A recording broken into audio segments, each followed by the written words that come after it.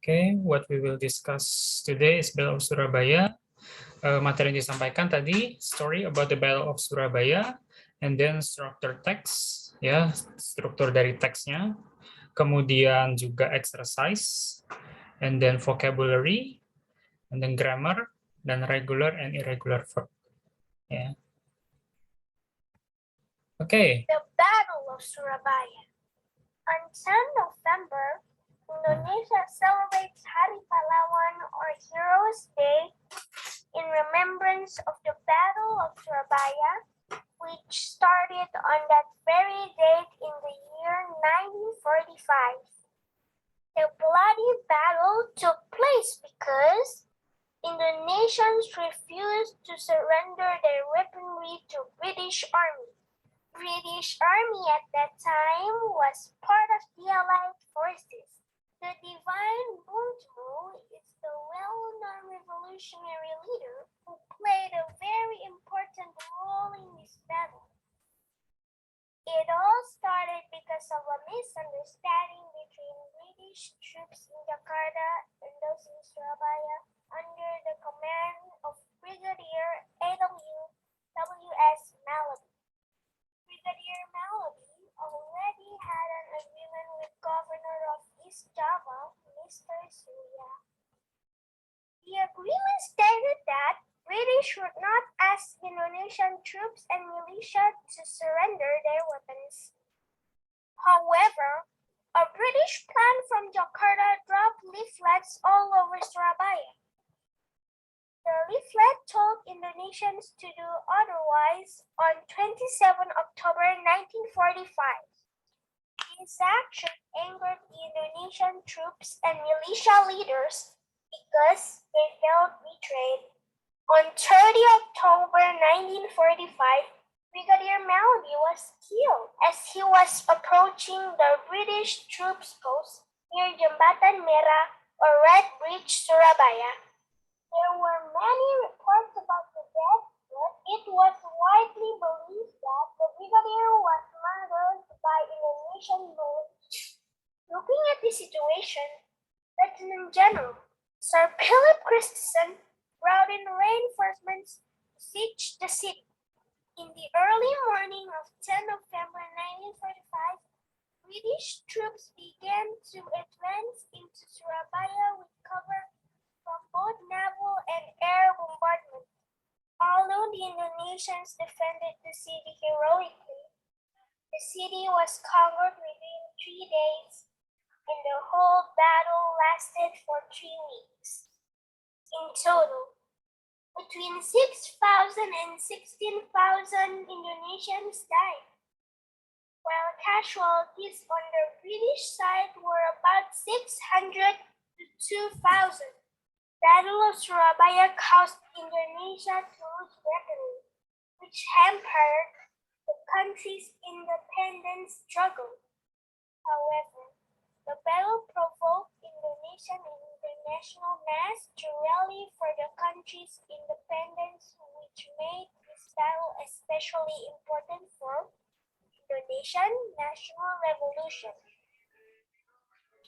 Okay. Oke, teman-teman sudah melihat ya video singkat ya tentang sejarah dari Battle of Surabaya in English of course. Ya, jadi apa namanya? Ini adalah salah satu cuplikan ya narasi bagaimana Battle of Surabaya secara garis besar terjadi ya dari awal peperangan, the first battle until the last independent. Oke. Sekarang kita akan, sebelum kita bahas tentang the story-nya, saya akan jelaskan dulu tentang strukturnya itu apa. Yang kita bahas itu adalah tentang recount text. Ya, teman-teman kan sudah tahu tentang recount text ya sebelumnya. Ya, di materi sebelumnya, recount text itu membahas tentang memiliki unsur orientation yang pertama, yang kedua adalah events, dan ketiga reorientation.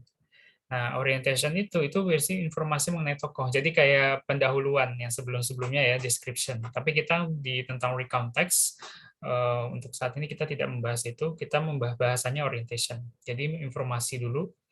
ya tentang tokoh, tempat kejadian, kapan kejadian, dan lain sebagainya. Jadi tentang introduction-nya. Kemudian event, kejadian intinya apa. Jadi cerita mengenai kejadian maupun pengalaman yang ingin disampaikan oleh penulis kepada pembaca. Jadi ini informasi pentingnya. Oke. Kemudian reorientation. Nah, reorientation ini isinya kayak kesimpulan. Jadi kita menyampaikan kembali apa saja yang orientation kasih informasinya dan juga di event. Ya, dalam bentuk apa rangkumannya. Nah, atau pengulangan informasi. Nah, ciri-cirinya apa sih recount text? Nah, itu menggunakan past tense. Ya, ingat recount text ini kita membahas tentang history. Ya, kita di sini kalau ada beberapa sebuah material atau sebuah story cerita yang tentang masa lalu, tentang sejarah, apapun itu yang apa yang lalu-lalu berdasarkan fakta itu namanya recount text. Ya, contohnya we went to the beach, I was happy. Nah, kalau past tense ya seperti yang teman-teman ya sudah saya jelaskan bahwa menggunakan rumus apa subject plus verb to ya. Atau pakai continuous pakai ada was ada were-nya. Kalau was itu yang singular, kalau yang were-nya plural. Ya, apa aja I gitu. She, he, I, she, I sama it pakai was. Kalau jamak ya atau pluralnya they sama we ya. They were, we were. Jadi nggak ada they was, we was ya. Tidak ada. Tapi memang ada sih kayak I were, she were itu ada, tapi namanya conditional. Tapi kita itu bahasa Inggris yang tingkat tingginya ya. Kita nggak bahas grammar secara detail. Bukan kurikulum teman-teman. Nanti kalau kuliah atau mau belajar nggak apa-apa. Terus ciri-ciri yang kedua adalah conjunction dan time connective. Jadi ada kata hubung. Ya ini teman-teman pasti tahu ya. Ada kejadian, ada kata and, but, the, after that, dan lain-lain. Atau although, meskipun, therefore, oleh karena itu, even though, meskipun begitu, dan sebagainya. Itu ada kata hubung itu. Ya, di bahasa Inggris ada, di bahasa Indonesia ada. Kemudian use adverb and adverbial phrase for explain place, time, and step. Nah, harus menggunakan kata keterangan. Ya, informasi itu harus ada kata keterangan. Jadi nggak mungkin namanya recount text, yaitu nggak ada kata keterangan. Ya, gimana mau menjelaskan informasi? Informasi kan keterangan. Nah, harus menjelaskan tempatnya di mana, waktunya kapan, step itu maksudnya di sini langkah-langkah ya prosedur. Nah, itu harus jelas, harus informatif. Contohnya yesterday at my house slowly dan lain-lain. Yesterday itu kata keterangan. Itu nggak mungkin kan tiba-tiba ngomong I eat, saya makan. Nah, ini makan maksudnya gimana nih? I eat yesterday. Nah, itu kan menjelaskan. Jelas orang tuh paham, oh iya itu kata keterangan. Kemudian action verb. Nah, selain adverb ada kata actionnya. Example, went, slept, run, brought. Ingat, di sini verb to. Oke? Nah, harus kalimat pas, masa lalu. Oke, sampai sini jelas ya? Kemudian, nah di sini ada language feature yang tadi itu ya. Jadi use past tense, atau mungkin sometimes pakai simple past tense. Atau past tense-nya itu mostly itu simple, tapi bisa pakai continuous itu juga bisa. Kemudian pakai apa namanya? Pakai perfect juga bisa sebenarnya, tapi mostly simple. Buat teman-teman simple past tense aja, subject plus verb to. Kemudian ada action verb-nya, kemudian ada adjective-nya, and then ada conjunction dan time connection. Nah, itu harus tahu. Kemudian terakhir ada adverb. Oke, Miss Chelsea, I want you to read ya untuk paragraf 1-2. Miss Chelsea, are you there? Oh, yes, sir. Oke, bisa dibaca paragraf 1 dan 2. Text the Battle of Surabaya. On 10 November, Indonesia celebrates Hari Pahlawan or Heroes Day in remembrance of the Battle of Surabaya, which started on that very date in the year 1945. The bloody battle took place because Indonesians refused to surrender their weaponry to British Army. British Army at that time was part of the Allied forces. The defendant Bung Tomo is the well-known revolutionary leader who played a very important role in this battle. It all started because of a misunderstanding between British troops in Jakarta and those in Surabaya. Under the command of Brigadier AWWS Malabi, Brigadier Malabi already had an agreement with Governor of East Java, Mr. Surya. The agreement stated that British would not ask Indonesian troops and militia to surrender their weapons. However, a British plane from Jakarta dropped leaflets all over Surabaya. The leaflet told Indonesians to do otherwise on 27 October 1945. This action enraged the Indonesian troops and militia leaders because they felt betrayed. On 30 October 1945, Brigadier Malabi was killed as he was approaching the British troops post near Jembatan Merah or Red Bridge, Surabaya. Oke, thank you, Miss Chelsea. Oke, di sini adalah paragraf 1-2. Kita akan menjelaskan dulu ya. So what exactly about the story about? Oke, the first one orientation. Nah, di sini teman-teman saya jelasin tadi orientasi. Jadi kita membahas tentang masalah bagaimana sebuah recount text itu kita menjelaskan orientation-nya, ada event-nya, ada reorientation. Nah, orientation itu kan tadi menjelaskan we are explaining about the time, the place, okay, the chronology, the time. Nah, this is the example. Okay, on 10 November, Indonesia celebrates Hari Pahlawan or Heroes Day in remembrance of the Battle of Surabaya, which started on that very date in the year 1945. Jadi tanggal 10 November itu Indonesia memperingati Hari Pahlawan, ya, atau Heroes Day in remembrance. Remembrance itu artinya untuk mengenang ya, of the Battle of Surabaya. Nah, yang dimulai pada tanggal tahun itu 1945, awal 1945. The bloody battle took place because Indonesians refused to surrender their weaponry to British Army. Jadi pertarungan ini ya peperangan ini took place terjadi karena orang-orang Indonesia itu refuse, kayak menolak untuk menyerah, surrender itu menyerah dari weaponry untuk tentang senjatanya atau gencatan senjata kepada British Army atau tentara Inggris. Nah, British Army at the time was part of Allied force. Jadi pada saat itu juga sebenarnya sebelum peperangan memang British Army ini tentara Inggris dulunya sekutu. Nah, tapi kalimat selanjutnya, the defiant Bung Tomo is the well-known revolutionary leader who played a very important role in this battle. Defiant itu artinya ini penentang, pemberontak. Ya, Bung Tomo pada saat itu ya.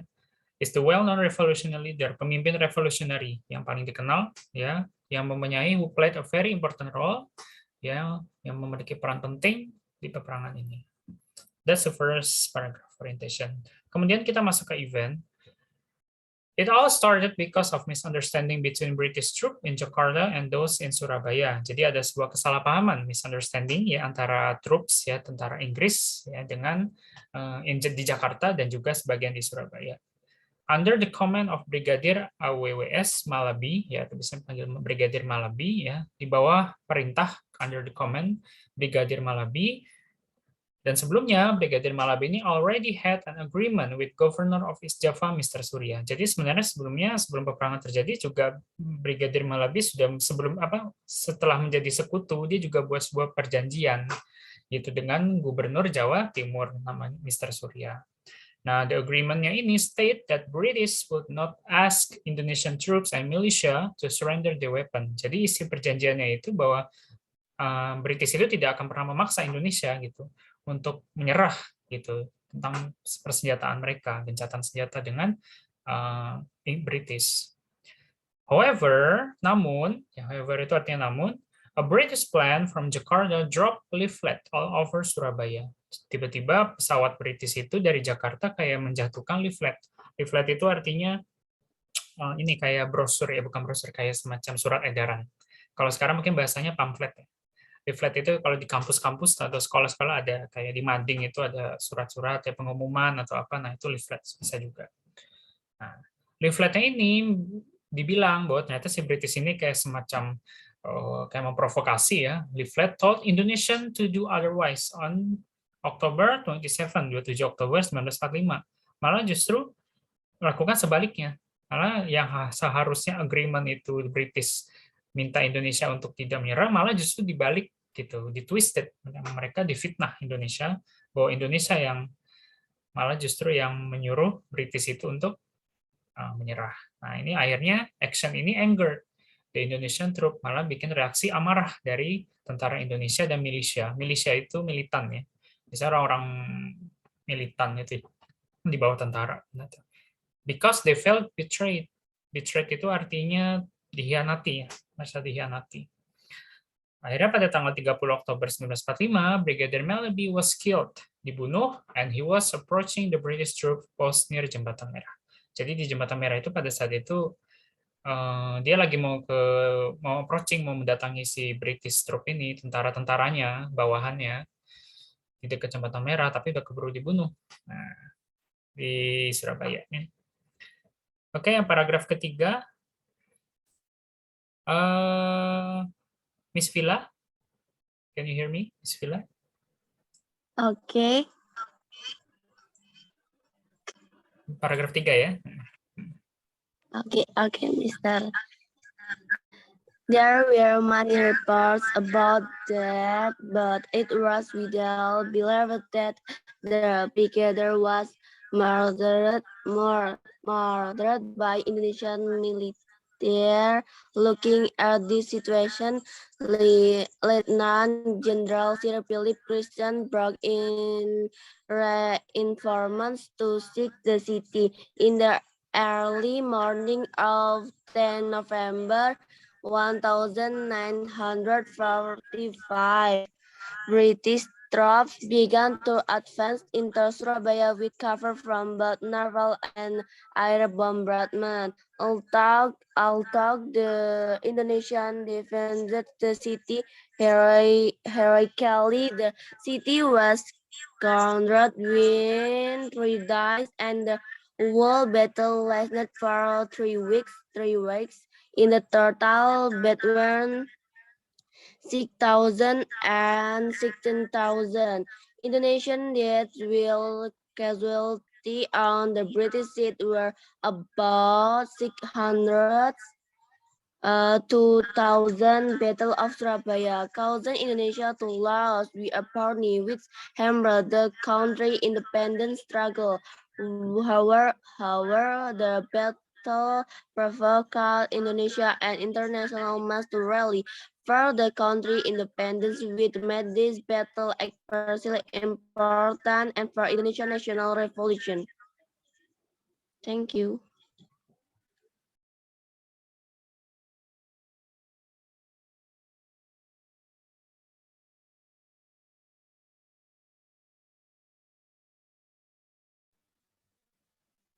Sorry, Mister, mikrofonnya belum dinyalakan. Okay, I'm sorry. Kebiasaan. Thank you, Miss Villa. Okay, when we talk about reorientation, ya ini adalah penutup kesimpulan. Kita kupas.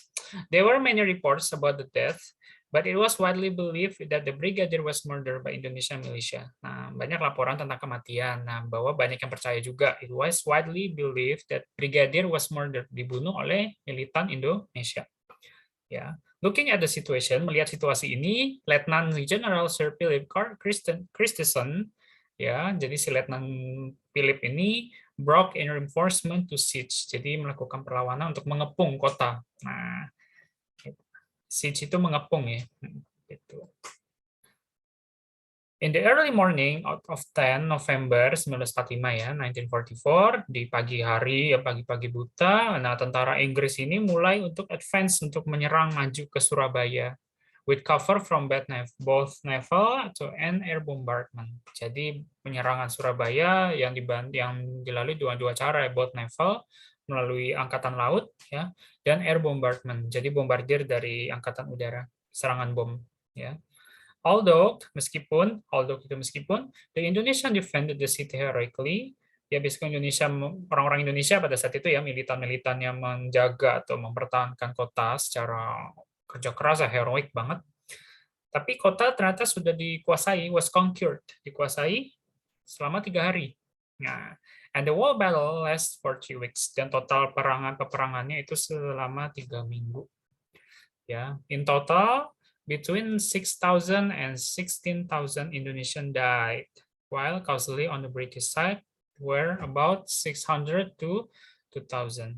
Jadi pada saat peperangan 3 minggu ini, ternyata orang Indonesia itu banyak yang meninggal, yang mati, korbannya itu sebanyak 6.000 sampai 16.000. Beda sama yang di bagian British, ya di orang-orang di situ juga banyak orang ini ya, orang-orang British juga, ternyata cuma 600 sampai 2.000. Jadi tidak sebanyak orang Indonesia. The Battle of Surabaya caused Indonesia to lose weaponry, ya akhirnya kekalahan dalam gencatan senjata, which hampered the country independence struggle. Jadi itu juga menghambat, hampered itu kayak menghambat, ya, menghambat country independence, kemerdekaan Indonesia, ya, perjuangan kemerdekaan negara.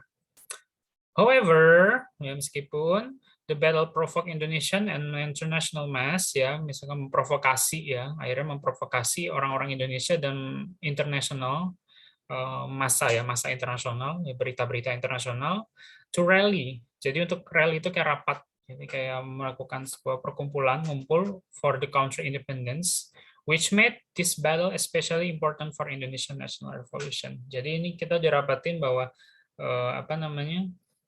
kemerdekaan negara Indonesia ini menjadikan salah satu ya peran penting sebagai bagian dari sejarah revolutionary nasional Indonesia.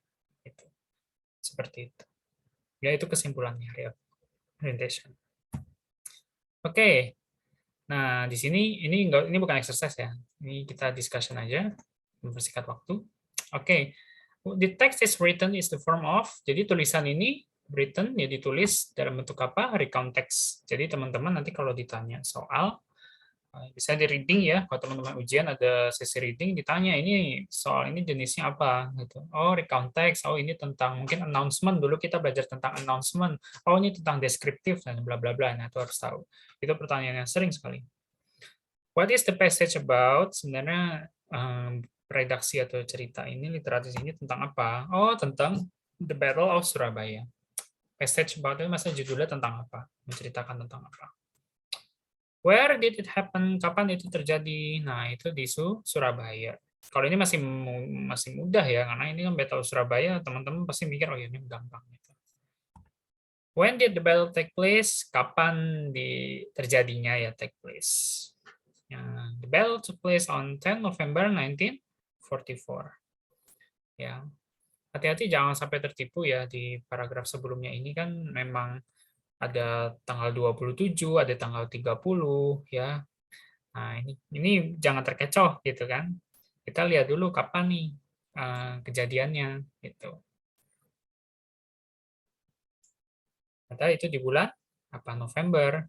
Itu lihat di paragraf di orientation. Nah, di orientation itu kan menjelaskan although in the early morning of 10 November 1944 British troops began to advance into Surabaya. Nah, di situ udah mulai konfliknya. Nah, berarti kan kejadian kasusnya pada saat di bulan November tanggal 10. Nah, itu hati-hati. Puncaknya di situ. Kemudian, did Indonesia lose or win the battle? Kalau ditanya Indonesia menang atau kalah?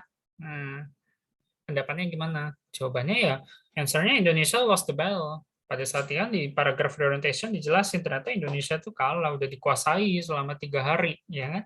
Kematiannya lebih banyak, sampai 6.000, 16.000, ya kan? Banyak korban, casualty itu korbannya, victim atau casualty itu korban. Nah, banyak yang jatuh oleh tentara Inggris, seperti itu. Biasanya trik kalau reading, teman-teman kalau baca reading itu triknya memang dia ngurut. Jadi kalau ada orientation, event, reorientation, pasti soalnya ngurut. Jadi nggak mungkin soal pertama dikasih reading, soal pertama tentang reorientation dulu, bahasnya itu nggak mungkin. Biasanya ada triknya kalau bahasa Inggris itu kalau soal-soal. Nah, ini vocabulary-nya. Oke, kita percepat ya. Nah, ada remembrance, kekuatan militer, surrender, ya, weaponry, persenjataan, defiant menentang, drop memperlambat, reflect selebaran, anger membuat marah, betray dikhianati ya, siege mengepung, reinforcement peringatan ya, atau penyerangan juga bisa, casualty korban, hamper itu menjatuhkan, militia itu kelompok pejuang atau kalau sekarang mungkin demonstran ya. Kalau politik kalau bahasa politiknya. Advance bergerak maju ya. Rally berkumpul untuk mendukung atau rapat itu juga bisa. Ya. Oke. Nah, di sini nih kita lihat contohnya ya vocab. The freedom fighter were forced to blah blah blah, but their faith in God and people dreams strengthened them to keep on fighting against the aggressor. Jadi freedom fighter ada seorang petempur ya, soal nomor 1 teman-teman lihat, were forced dipaksa untuk bla bla bla, tapi keimanan dia dengan Tuhannya itu dan kekuatan mimpi itu, the people dream strengthen menguatkan mereka, strengthen them to keep on fighting against aggressor. Aggressor itu penyerang ya, atau attacker juga bisa. Jawabannya apa? Surrender. Nah, the freedom fighter were forced untuk surrender, untuk menyerah. Nah, tapi ya keimanannya kuat dan juga mimpinya untuk melawan si attacker ini. Kemudian yang kedua, nomor 2, the blah blah blah militia refused to obey. Ya, jawabannya apa? Defiant. Defiant itu penentang, militia. Refuse menolak untuk patuh terhadap British Army. Ya, instruksi dari British Army untuk menyerah terhadap gencatan senjata ke mereka. Defiant. Kemudian yang ketiga, the city was under bla bla bla. Ya, jawabannya apa? Under siege, dikepung. Nah, seperti Battle of Surabaya tadi, kotanya dikepung nih, so that nobody could get in or get out. Tapi akhirnya nggak ada yang bisa masuk, ada yang bisa keluar dari kota. Tapi beruntungnya, luckily, the people dependent on no one for their food. Jadi orang-orang tidak tergantung sama makanan, jadi mereka mandiri. Istilahnya. Kemudian nomor 4, to ensure that they will win the battle, the foreign army sent. Ya, untuk ensure itu memastikan they would win the battle, menang peperangan, the foreign army, ya tentara asing, send mengirim apa? Reinforcement, bala bantuan, ya to the battleground, ke medan pertempuran. Some of which include weaponry, salah satunya itu ada persenjataan dan juga logistik, ya bantuan logistik, logistical support. Kemudian nomor 5, do not betray me, jangan mengkhianati saya. Be loyal to our agreement. Tetap patuh atau setia terhadap perjanjian. Your betrayal will apa? Pengkhianatan kamu akan anger me, will anger me. Jadi akan membuat saya marah gitu kalau kamu mengkhianati. I can be really angry. And it can be mean and there will be no more collaboration between us. Saya akan marah banget kalau enggak nanti saya tidak akan mau lagi berkolaborasi dengan Anda atau kerjasama lagi. Kemudian nomor 6, last week teenager minggu lalu perkumpulan remaja apa rallied berkumpul in the center of city, dia di tengah kota untuk mendukung the beginning of bike to school program. Jadi ada program sekolah itu naik sepeda gitu. They all came riding their bicycle. Jadi mereka semua mengendarai sepeda. Dan nomor 7, the defeat in the Battle of Surabaya, kekalahan Battle of Surabaya, pertempuran Surabaya, menghambat the militia movement, ya pergerakan militan, only for a while, hanya untuk sementara. For a while itu sementara. The heroic spirit has spread out and inflamed others to continue fighting for the country independence. The heroic spirit, semangat jiwanya itu spread out, keluar dan inflame, membara. Inflame itu kayak membakar, membara, menggelora. Semua orang, ya others, orang lain untuk continue fighting, ya lanjut untuk bertarung ya untuk mempertahankan untuk kemerdekaan negara. Kemudian nomor 8 advance ya. Tadi ya advance. The militia advance secretly to take back the conquered city from the aggressor. Ya pergerakan militia ini advance secretly ya, secara rahasia untuk take back, mengambil alih kota yang dikuasainya, the conquered city from the attacker, dari penyerang. And then number 9, on every 10 November 10, my school, setiap tanggal 10 November, sekolah saya hold a ceremony, upacara, in remembrance, untuk mengenang ya of our national hero. ya untuk mengenang pahlawan nasional. We pray together, kita berdoa bersama, dan I usually go to library to read again the biography of General Sudirman and then pray for him. He is my favorite hero. Ya, saya setiap ini ke perpustakaan ya untuk membaca lagi biografi tentang Jenderal Sudirman dan berdoa untuknya, untuk beliau. Nah, he is my favorite hero. Dia adalah pahlawan saya.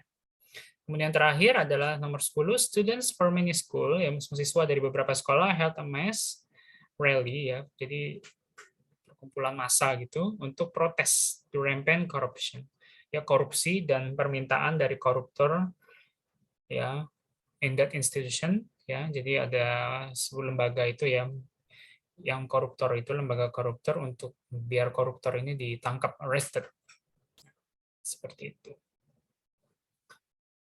Oke, nanti saya kasih nanti ya filenya ya.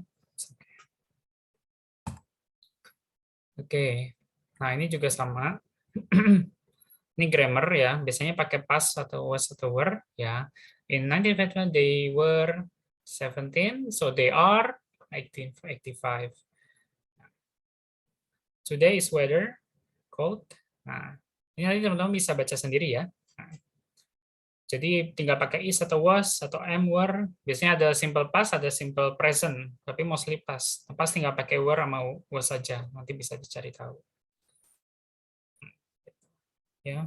Today the weather is cold, but the last Monday it was terribly hot. Last Monday, kata kuncinya last Monday, Senin kemarin, berarti kan udah masa lalu pakai was. I am very thirsty. Nah, saya sekarang. The Thai freedom fighter were very brave. Ya, kan udah masa lalu kan. I am happy with Surabaya now. Year ago, it was very dirty and messy. Sebelumnya itu kotor dan berantakan. Jangan beli senjata itu. Don't buy those weapons. They are dangerous and illegal. Atau nomor 8, teman-teman lihat. This time 70 years ago, my grandfather was in Surabaya. Ya, bukan is, tapi was. Karena masa lalu. Nomor 9 juga sama. Where are the veterans? Di mana veterannya? I don't know. They were in the lobby in the hotel 5 minutes ago. Jangan kebalik ya. Jangan where were the veteran, tapi where are.